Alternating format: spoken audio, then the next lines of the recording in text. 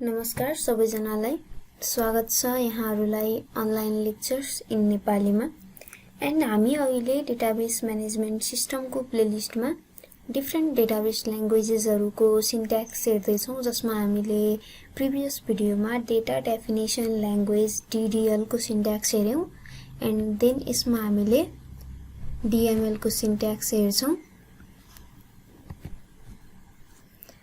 DML means data manipulation language हामीले के भन्यौ DDL को थ्रुबाट हामीले जुन हाम्रो डेटा सँग भन्दा पनि where our data get stored भनेको हाम्रो डेटा कहाँ गएर स्टोर हुन्छ हाम्रो डेटाबेस एन्ड टेबल जुन हुन्छ त्यसलाई क्रिएट गर्ने काम हाम्रो DDL ले गर्छ भन्यौ एन्ड देन DDL ले आफ्नो काम गरेर डेटाबेस टेबल DDL कमान्ड को थ्रुबाट हामीले क्रिएट गरेपछि देन हामी के गर्छौं DML कमान्ड को थ्रुबाट DML भित्र हुने जुन कमान्डहरु हुन्छ इन्सर्ट अपडेटहरु त्यसको थ्रुबाट हामीले त्यसमा डेटा भर्ने अथवा त्यो डेटामा चाहिँ म्यानिपुलेसन हामीले त्यो डेटासँग खेल्ने कामहरु हामी केमा गरिन्छ डेटा म्यानिपुलेसन ल्याङ्ग्वेजको थ्रुबाट गरिन्छ। अब हामीले के भनौं भने let us consider a scenario of end user को सिनेरियोलाई हामीले हेर्ने हो भने इन्ड युजर त अब हामीसँग डिफरेन्ट टाइप्सको इन्ड युजर हुन्छ भनेको थियौं जसमा हामीले नर्मल्ली जुन हामीले नेभ युजर भनेको थियौं नेभ युजरलाई चाहिँ जुन कोडिङहरुको आइडिया हुँदैन कमान्डहरुको आइडिया हुँदैन उसले एउटा युजर इन्टरफेस जुन एप्लिकेसन हुन्छ त्यसको थ्रुबाट के गर्छ डेटाहरु अपडेट गर्ने डिलिट गर्ने गर्छ भनेको उसँग त अब अगाडि एउटा कुनै एप्लिकेसनमा लगइन गर्छ लगइन गरेपछि त्यहाँ एड डाटा भन्ने बटन राखिदिएको हुन्छ त्यहाँ उसले क्लिक गर्यो भने देन त्यो केही अब प्लस साइन होला त्यसमा क्लिक गर्यो भने उसलाई फर्म खुल्ने एन्ड देन सबमिट गरेपछि उसको डेटा गएर स्टोर हुने हुन्छ डेटाबेसमा हैन। तर त्यो यसै विथआउट कमान्ड चाहिँ इन्टर भएको हुँदैन भनेको त्यसको जुन ब्याकएन्ड कोडिङ हुन्छ त्यो ब्याकएन्डमा चाहिँ के गरिएको हुन्छ त्यो बटनमा हाम्रो डेटाबेसको जुन काम हुन्छ कमान्डहरु हुन्छ त्यो एड गरिएको हुन्छ त्यसको ब्याकएन्डमा भनेको त्यसको फंक्सनालिटीमा एन्ड अब सिधै कमान्डको थ्रुबाट डेटाबेसमै काम गर्नेहरुले त के गर्छन् अब्भियसली DML जुन क्वेरीहरु हुन्छ जुन स्टेटमेन्ट हुन्छ हामीले जुन अघिल्लो भिडियोमा नि जुन हामीले क्रिएट भनेर अनि डेटाबेस भनेर हाम्रो डेटाबेसको नेम क्रिएट टेबल भनेर टेबलको नेम देन ड्रप भनेर डेटाबेसको नेम डेटाबेसहरु त्यसलाई हामी त्यो स्टेटमेन्ट जुन हुन्छ त्यसलाई हामी क्वेरी भनेर पनि भनिन्छ।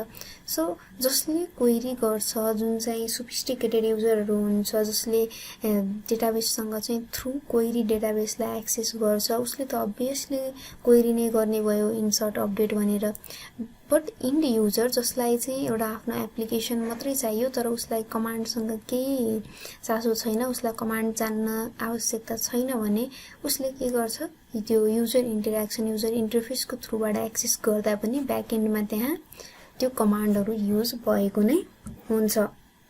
फर्स्टमा हामी सिलेक्टलाई हेरौं भने सिलेक्ट अथवा हामीसँग इन्सर्टलाई पनि हेर्न सक्छौं फर्स्टमा अथवा सिलेक्टलाई नै हेर्यौं किनभने सिलेक्टलाई चाहिँ हामीले एउटा छुट्टै क्याटेगोरीमा पनि राख्न सक्छौं भनेको थियौं डेटा क्वेरी ल्याङ्ग्वेज एन्ड सिलेक्टको काम भनेको चाहिँ it is used to retrieve the record from our table भन्ने कुरा हामीले बुझ्यौं। हामीले चाहिँ हाम्रो डेटाबेसबाट डेटा केही रिड गर्नु पर्यो भने देन हामीले सिलेक्ट युज गरिन्छ एन्ड सिलेक्टको सिन्ट्याक्स हामीसँग के छ भने हामीसँग अब मल्टिपल कन्डिसनको सिन्ट्याक्सहरु हुन्छ किनभने हामीले सबै डेटा चाहिएको बेलामा अथवा कुनै स्पेसिफिक डेटा चाहिएको बेलामा भनेर हुन्छ सिलेक्ट भयो एन्ड देन हामीले कोलम नेम दिनु पर्यो हाम्रो डेटाबेस टेबलमा कोलमको नेम के छ एन्ड देन त्यो टेबलमा कोलमको नेम एन्ड फ्रम हाम्रो टेबलको नेम कुन टेबलको कुन कोलम हो एन्ड देन गएर अझै यसमा हामीले अब यति पनि हुन सक्यो कुनै त्यो यति हामीले हान्यौ अब सपोज सिलेक्ट अब कुनै एउटा स्पेसिफिक कोलमको नेम सपोज हामीले एड्रेस अथवा नेम बनाऊ नेम वाला कोलम फ्रम टेबल नेम भनेर हामीले टेबल नेम हाम्रो स्टुडेन्ट छ भन्यो भने त्यसले त्यो नेमहरु त्यहाँ भएको सबै नेमहरु दिने भयो। अथवा हामीले के गर्न सकिन्छ यहाँ वेयर भनेर त्यहाँ के गर्न सकियो कन्डिसन दिन सकियो। अब वेयर कन्डिसन भनेको यो कन्डिसनमा हामीले के दिन सक्छौं भने like where ID is equal to 1 भनेर दिन सक्यौं नि त भनेको। फर एक्जाम्पल अब हामीले select column name suppose name छ एन्ड देन फ्रम हाम्रो टेबल नेम भयो student and then where ID is equal to 2 भन्यौं। अब यसले के गर्छ भने हाम्रो यो टेबलमा सपोज स्टुडेन्ट टेबल छ, स्टुडेन्टको आईडी हुन्छ, नेम हुन्छ, यहाँ अरु डिटेल चाहिँ पनि हुन सक्छ भने 1 2 यो 2 आईडी भएको स्टुडेन्टको नेम के छ हामीलाई त्यो एज एन आउटपुट दिने भयो। अथवा हामीले हाम्रो टेबलमा भएको सबै डेटा हामी रिड गर्न चाहन्छौं भने हामी के गर्नुपर्छ सिलेक्ट अल फ्रम देन हाम्रो टेबल नेम हामीले दिनु पर्यो। यो गरे भने हाम्रो टेबलमा भएको सबै डेटा दिन्छ है। तर फेरि अगेन यसमा हामीले त्यो टेबल भित्रको एउटा स्पेसिफिक स्टुडेन्टको चाहिँ अल डिटेल हामीले चाहन्छौं भने देन हामीले के गरिन्छ भने सिलेक्ट यो अल नै भयो देन फ्रम पनि हुन्छ हामीसँग टेबलको नेम त अभियसली हुने भयो।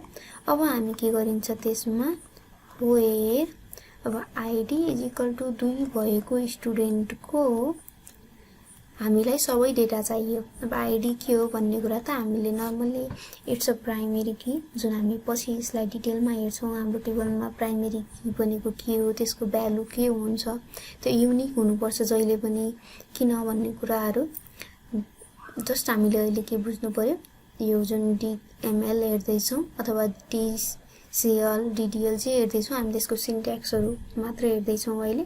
अब यो केसमा हामीले select all from students where ID is equal to 2 भयो। यहाँ यो कन्डिसन हो है मैले एक्जाम्पल नै दिए। यहाँ हामीले चाहिँ यो के हो खास कन्डिसनको नेम अथवा कन्डिसन भएको नै। आफ्टर दैट हामीसँग छ इन्सर्ट खास डीडीएल पछि त हामीले जहिले पनि गर्ने काम भनेको फर्स्टमा इन्सर्ट हो किनकि सुरुमै सिलेक्ट गरेर हामीले हेर्न चाहिँ मिल्छ सिलेक्ट अल भनेर। तर फर्स्टमा त डेटा कुनै पनि इन्सर्ट नगरी त हाम्रो टेबल त के हुन्छ एम्प्टी हुन्छ त्यहाँ केही पनि हुँदैन खाली हुन्छ। सो फर्स्टमा चाहिँ इन्सर्ट कमान्डको काम गर्नु पर्यो that is used to insert record in our table मा record insert गर्ने युज हुन्छ। एन्ड देन अब insert को सिन्ट्याक्स हामीसँग के छ insert को सिन्ट्याक्स छ हामीसँग insert देन हामी के गरिन्छ इन्टु हाम्रो के भयो टेबल को नेम एन्ड देन हामीले भ्यालुज भनेर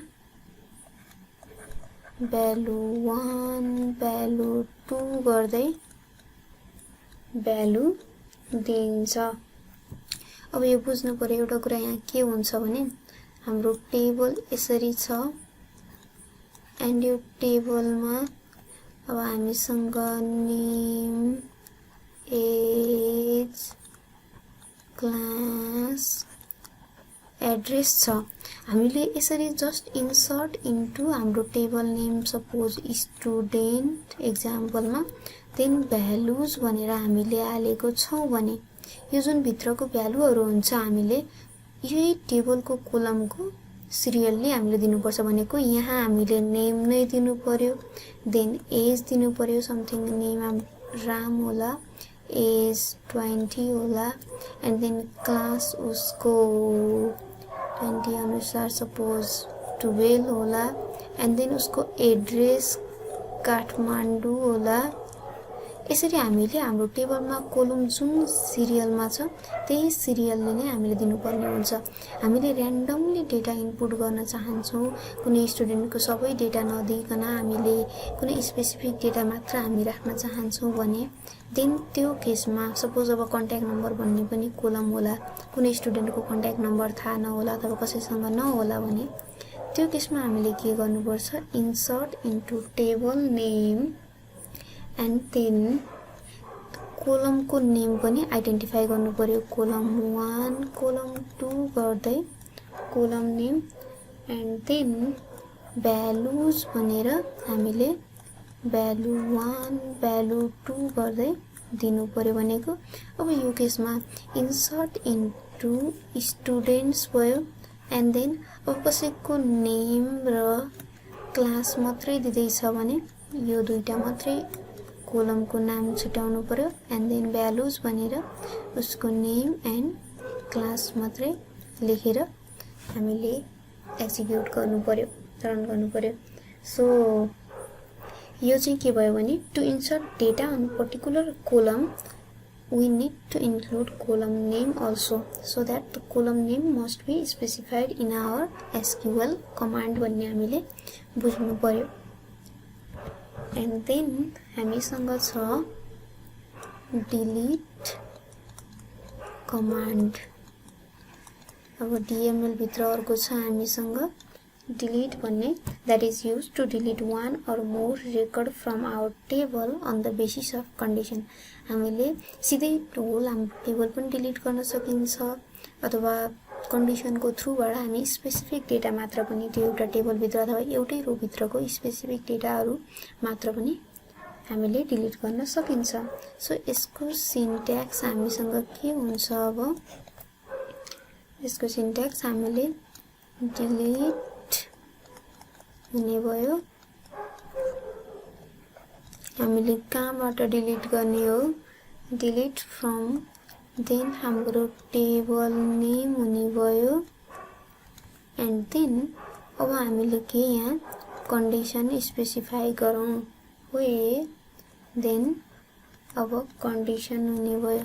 के चाहिँ कन्डिसन हामीले स्पेसिफाई गर्ने हो भनेको, फर एक्जाम्पल अब हामीले यसमा के हुन सक्ने भयो, डिलिट फ्रम टेबल नेम हाम्रो स्टुडेन्ट्स छ एन्ड देन वेयर हाम्रो कन्डिसन के होला, आइडी इज इक्वल टु 2। अब यो आइडी 2 भएको स्टुडेन्टको सबै डेटा के हुने भयो, डिलिट हुने भयो। यो त एउटा केस भयो। हामीले होल टेबल नै डिलिट गर्नु छ भने delete from table name,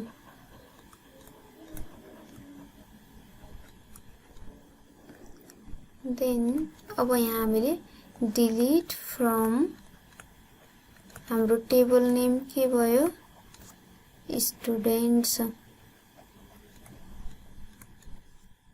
and then हामीसँग छ update command.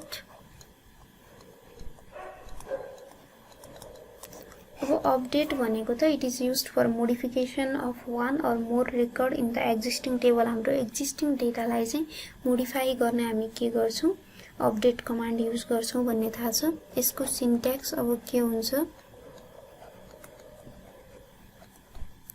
Update and then हामीले हाम्रो कुन टेबलमा मोडिफाई गर्न लागेको हो, देन हामीले सेट भन्नु पर्यो। अब हामीसँग कोलम के छ, ID, name, age, class, faculty यस्तो केही होला हैन। देन हामीले column 1 is equal to value 1, हामी कुन कुन कोलमलाई अपडेट गर्दैछौँ त्यो अनुसार हामीले स्पेसिफाई गरेर हामी अपडेट गर्न सकिन्छ। एन्ड देन यसमा वेयर भनेर हामी के गरिन्छ, कन्डिसन फर एक्जाम्पल हामीले अपडेट हाम्रो टेबल नेम छ स्टुडेन्ट्स, देन के गर्नु पर्यो सेट